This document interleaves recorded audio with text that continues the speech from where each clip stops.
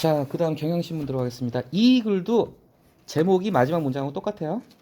그죠? 진짜 이권 카르텔은 어디 있을까? 마지막 문장 보시죠. 진짜 이권 카르텔은 어디에 있을까?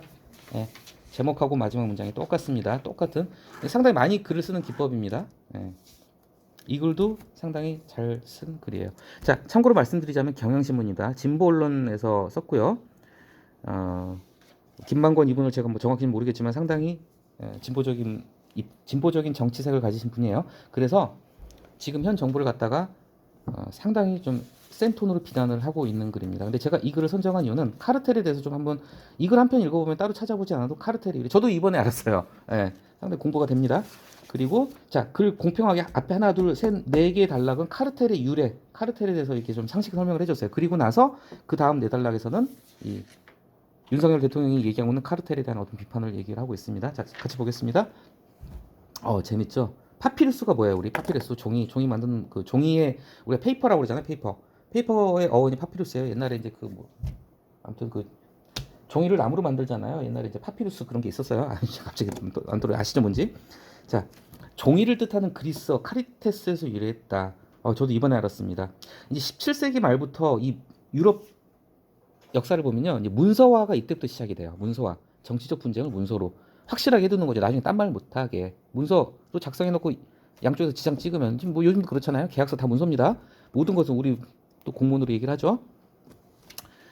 자, 뭐 휴전, 뭐 포로 교환 이런 문제를 문서로 명하. 여기서 이제 국가 간의 문서된 합의가 이게 카르텔이 되고. 그러니까 우리가 흔히 아는 카르텔은요, 독과점을 얘기하기 때문에 경제적인 어원이라고 생각하시는데 이건 사실 정치적인 어원이다. 그리고 좋은 말이죠, 그렇죠? 자, 정치적 의미에 달리고도 이제 좋은 상식입니다. 저도 처음 알았습니다. 이런 거는 경제적 의미로 시작한 독일이었다. 이때 당시에 독일이 쪼개져 있었어요. 프로이센 뭐 여기저기 다 쪼개져 있었는데 이때 이제 철도의 시대였죠. 이때 바로 1800년대가 바로 철도의 시대였단 말이에요. 그런데 쉽게 얘기하면 연방의 각 나라라고 보시면 됩니다. 이 공국 간의 관세도 다르고 기술도 다르고 이러니까 표준적인 뭔가를 만들었다는 거예요.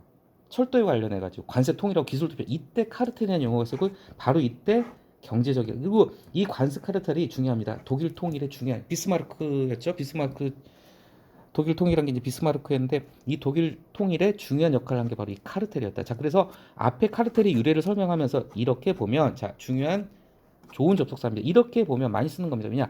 앞에 얘기를 갖다 자연스럽게 가지고 오는 거예요. 앞에 단락을 갖다 이렇게 보면 이상에서 말했듯이 좋은 접속사입니다. 자, 정치든 경제든 간에 그 카르텔은 처음에 부정적인 뜻이 아니라 오히려 긍정적이었다는 거예요. 그런데 1차 대전 이후에 이제 자본주의가 고도 발달했죠. 고도 발달하면서 완전 경쟁 체제가 아니라 독과점 체제가 생긴 거예요. 그래서 전 세계적으로 경제적인 카르텔이 등장을 했고 특히나 이것도 좋은 상식이에요. 이 카르텔이 잘못된 길로 접어선 건 1930년대 우리가 얘기하는 전범들이죠. 전쟁을 일으킨 2차 대전을 일으킨 히틀러, 무솔리니, 프랑코, 스페인 이런 좀 뭐 인류사의 악당들이죠. 얘네들이 얘는 어차피 독재 정권이어서 독재를 하기 위해서 카르텔을 이용해 가지고 기업 체제를 갖다가 묶어버린 거예요. 이렇게. 그래야지 자기들이 다루기 편하니까. 기업이 솔직히 말해서 10개 있으면은 좀 그것보다 좀 쉽겠죠? 묶어버리는 거예요. 카르텔로. 자, 그래서 뭐 이제 뭐 미국이 원래 미국은 이제 지금은 아니지만 옛날 2차 대전 중에 카르텔을 완전히 거부하는 방향으로 갔다. 미국은 어쨌건 파시스트 정권하고 싸웠던 세력이니까요. 자, 어쨌건 여기까지 카르텔 유래를 얘기해서 이건 여기까지는 우리가 상식으로 그냥 알아두면 좋은 대목입니다. 자, 이제 실제 하고 싶은 얘기는 여기서부터 시작을 해요. 돌이켜 보면도 어떻게 보면은 이 글의 흐름을 갖다가 싹 바꿔주는 역할을 합니다. 돌이켜 보면 하면서 자, 앞에서 계속 카르텔의 주로 외국 얘기를 했어요. 그런데 이제 우리나라 얘기를 하기 위해서 쓴 접속사인데 돌이켜 보면도 이제 그런 역할을 하는 접속사라고 봅니다. 돌이켜 보면 하면서 잠깐 글을 쭉 이어가다가 읽는 사람도 이렇게 호흡을 갖다 살짝 가다듬는 거. 이제 무슨 다른 얘기 하려나 보네. 자, 우리도 마찬가지예요. 독재 정권, 군사 정권 하에서 이제 고도 경제 성장을 이루기 위해서 독점 재벌을 갖다 일부러 의도적으로 키웠단 말이에요. 그래서 우리나라에서도 카르텔이 굉장히 부정적인 얘기로 쓰입니다. 독과점의 대명사니까. 자, 그런데 자, 최근 대통령의 발언을 보면 자, 카르텔은 원래 기업에서 독과점 몇 개 기업들이 그냥 뭐 구체적으로 기업 언급하긴 그런데 자, 예를 들면 뭐 가전제품 만드는 회사, 자동차를 만드는 회사 많지 않잖아요. 근데 담합을 하는 거죠. 우리 얼마 이하로는 팔지 말자 이런 식으로. 자, 그 부정적심이 기업이 아니라 지금 딴 데로 가고 있어요. 많이 나왔죠. 민간 시민단체 노조 대표적인 게 이제 그 사교육 뭐 이런 쪽으로 심지어 비판적으로 얘기를 하는 거예요. 여러분 압니다. 수혜 대책으로 이들에게 가는 보조금 폐지하고 그 재원을 수혜복권 투입해야 한다. 자, 그 다음 단락에 비판을 하죠. 왜? 이해할 수 없다 이거예요. 왜 수혜복구 재원이 예산이 아니라 아니 물론 보조금 받는 단체들 중에서 좀 뭐랄까 보조금 이상하게 집행을 하고 보조금 헌터들도 있어요. 보조금 그 루팡들도 있지만 이 사람들 수혜 일으킨 거 아니죠. 원인자 부담해야 됩니다 기본적으로. 그런데 아니 죄 없는 왜 그 좀 이해 안 됐나요? 그런 얘기 했어요. 그러면서 이제 조금 길게 언급을 했지만요. 자 여기서 조수의 해피처가 뭐냐면 탈세 기업 뭐 기업이나 부자들 정말 일부 극부유층이 탈세를 하죠. 이 사람들이 제일 무서워하는 건요. 세금이에요, 세금. 세금을 무서워요. 그러니까 역외 탈세라고 그러죠. 이제 이제 외국으로 돈을 빼놓는다든지 뭐 우리가 흔히 아는 뭐 예를 들면 스위스은행 이런 거 생각하시면 됩니다. 이렇게 그걸 잡아야지. 조세 회피처 해외 조세 회피처로 나간 돈부터 찾아라. 이걸 찾아가지고 수혜복구자 되물을 수 있다. 한 가지 예를 든 거예요. 엉뚱한 데서 돈 뺏지 말고 이런 돈을 갖다 찾아라. 자, 진짜 하고 싶은 얘기는 이제 여기서 나옵니다. 이 카르텔이 뭔지 이건 많은 비판을 받아요. 이권 카르텔 그게 뭐니? 이렇게 많이 묻습니다. 그래서 윤석열 대통령하고 대립각을 세우는 유승민 전 국민의힘 의원이 이런 얘기를 했죠. 우리 엊그저께 본 사설에 나왔죠. 대한민국에서 가장 끈끈한 카르텔, 정관예우로 뭉쳐져 있는 법조 카르텔. 자, 간단해요. 법원이나 검찰에서 부장판사 뭐 하다가 법원장 하다 나와요. 그러면요. 요즘 모르겠는데 요즘은 좀 많이 좀 줄어들었다고 해요. 많이. 그런데 한 10년 전만 해도 그랬어요. 부장검사하고 나와가지고 1년 동안에 뭐 몇십억 못 보면 바보다 이랬어요. 진짜로. 쓸어 담았어요. 예. 돈 있는 사람도 없는 사람도 빚을 내서라도 왔어요. 왜 감옥 가기 싫으니까. 예. 부장검사들은 간단해요. 그냥 가서 별로 하는 것도 없어요. 사실. 그냥 자기 얼굴이 이래요.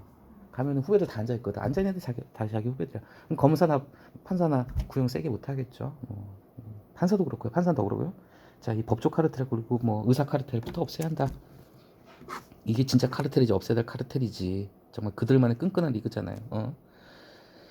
자, 그리고 물론 이 글은 이제 굉장히 좀 윤석열 정권에 대해서 일단 비판적인 시각을 가지고 들어간 글입니다. 그 점 감안하고 봐주세요. 자, 만약에 좋아. 카르텔이 특정 집단이 특정 분야를 독과점하는 현상을 일으킨다면 이게 카르텔의 정확한 뜻이에요. 특정 집단이 특정 분야, 일부 대기업들이 그 분야, 뭐 자동차 업계가 됐건 무슨 가전제품 분야가 됐건 핸드폰 분야가 됐건 핸드폰 만드는 데서 우리나라에 몇 개 있습니까? 없어요. 지금 LG도 이제 안 만드는 것 같은데. 이게 진짜 카르텔이죠. 어떻게 보면 그 삼성전자 욕하는 거 아니에요. 수출 효자입니다. 오해하지 마세요. 자, 카르텔의 뜻을 잘 보세요. 한번 이거 천천히 읽어봐야 돼요. 만약 카르텔 원뜻이에요. 특정 집단이 특정 분야를 독과점 현상을 일으킨다면은 지금 정부가 바로 검찰 카르텔 정부다. 저기 구체적으로 나오죠. 장차가만 13명이 검찰 출신이다. 이런 적 없습니다. 특정 직업 출신들이 그러니까 검찰 공화국이 돼버렸다는 비판을 하는 거예요. 지금 다 요직을 차지하고 앉아있어요. 진짜 이권 카르텔은 어디에 있을까? 지금 너네다 이거야. 진짜 이권 카르텔은 지금 정부가 이권 카르텔을 이고 있다. 그래서 이 글이 정치적으로는 상당히 좀 한쪽에 치우쳤다고 봐야 됩니다. 왜냐하면 또 이걸 갖다가 뭐 오해하지 마세요. 경향신문다운 논조입니다. 경향신문다운 논조인데 이걸 꼽은 이유는 카르텔 한번 우리가 이참에 한번 겉핥기로라도 이런 걸 좀 공부를 해보자는 거. 그리고 이 글은 왜 좋냐면요. 마지막 단락에 이 문장이 좋은 문장이에요. 카르텔 뜻을 가지고 왔어요. 그 뜻을 갖다 한번 풀어줬어요. 특정 집단이 특정 분야를 독과점하는 현상, 이게 바로 카르텔이란 말이에요. 근데 특정 집단, 검찰 출신들이 특정 분야, 정부 고위직을 갖다 독과점하고 있어. 그럼 진짜 카르텔이 뭐냐? 지금 정부가 카르텔이다 이 얘기예요. 비판을 하는데 굉장히 수준 높게 비판한 겁니다. 이거는 말의 뜻을 그대로 가지고 와가지고 진짜 이권 카르텔은 어디에 있을까? 수미상관 제목하고 똑같이 가져오면서 좋은 글이었습니다. 표현이 상당히 괜찮았던 글이었던 것 같고요.